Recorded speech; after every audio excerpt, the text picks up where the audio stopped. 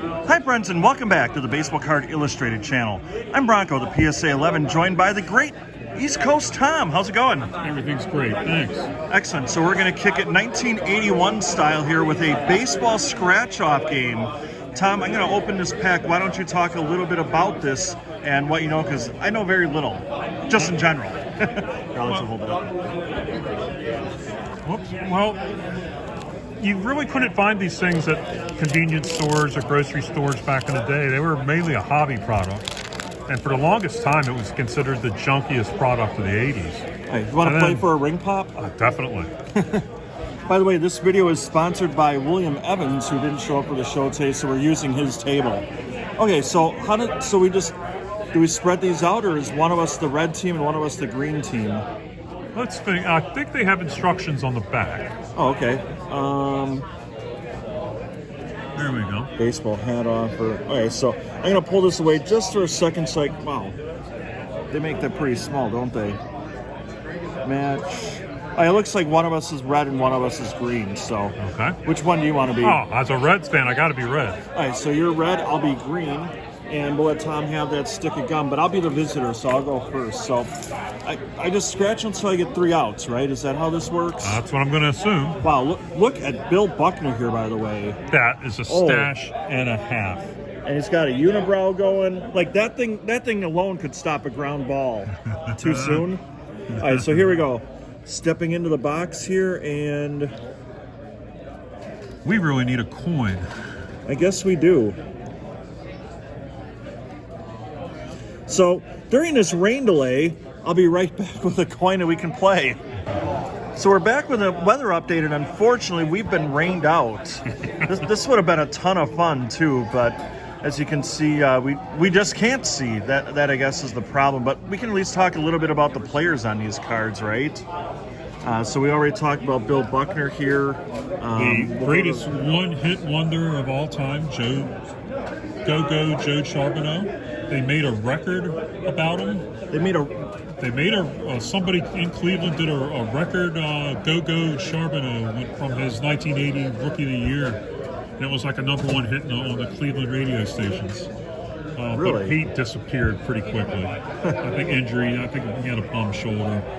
Sixto Lascano, we talked about him earlier off camera, about him being kind of a legendary Brewer. He had a great career with the Brewers. And Rick Manning, I don't know if you know much about him, but he actually got a hit the night that Paul Molitor's 39-game hitting streak came to an end, and he got death threats for that. Oh. And he never really stood a chance. He was traded for Gorman Thomas, who was a beloved figure in Milwaukee baseball, and then he gets a walk-off hit and gets booed, if you can believe that.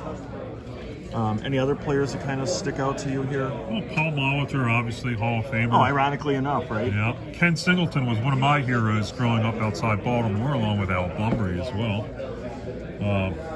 Mike Norris was like the J.R. Richard of the American League. He could really throw heat. I think he had a 20-game winner, and he probably had 20-some complete games in 1980. Okay. Back when the A's were really good.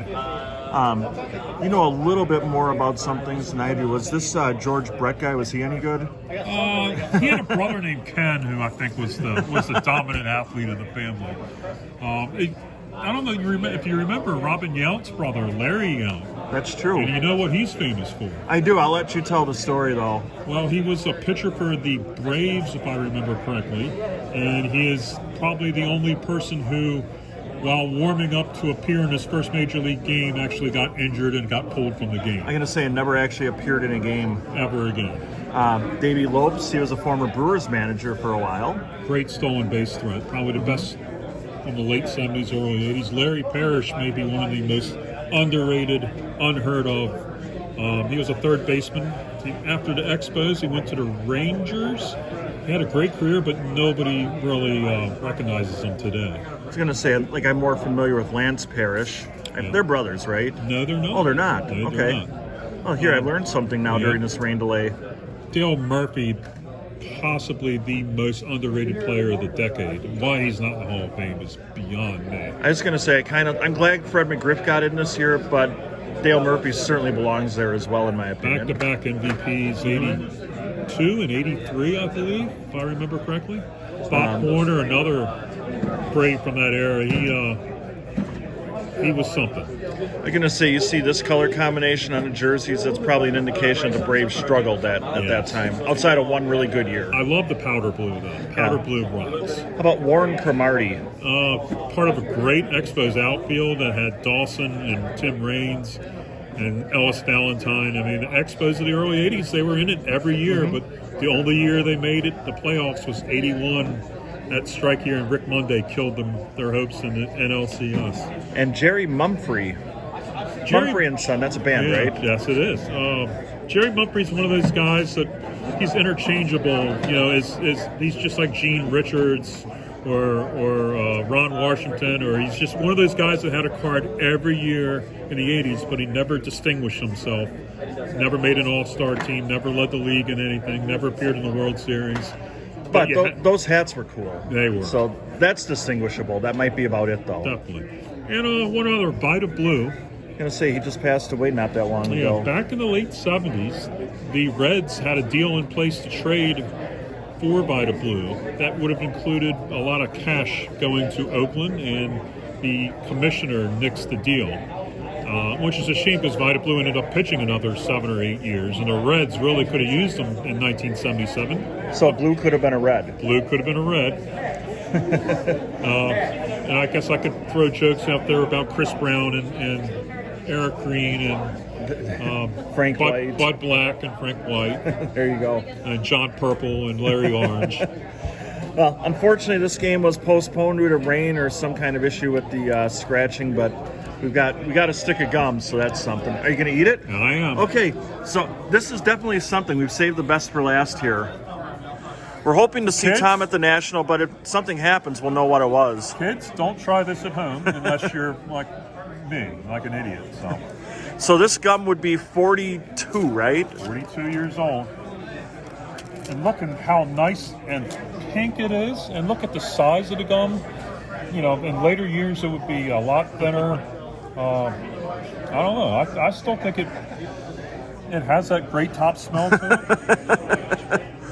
It smells a lot like George Brett. Here goes nothing. Oh, that sounded delicious. Actually, it's not bad. Okay. I'm not going to be able to blow a bubble. I was going to say, is it actually chewable? Mm-hmm. Okay, so that's kind of a win here. And it tastes just like Topps gum from the early 80s did. I thought you were going to say it tastes great and it's less spilling. Oh. Well, I guess that's it for Tom, so I'd like to thank you for joining us. Don't forget to hit the like button, leave a comment, and let us know if you've ever seen this game and been able to play it without a problem. And, of course, hit that subscribe button. We'd love to have you join the team. On behalf of Tom and, of course, Kevin and Dylan, I'm Bronko, the PSA 11. So long, everybody.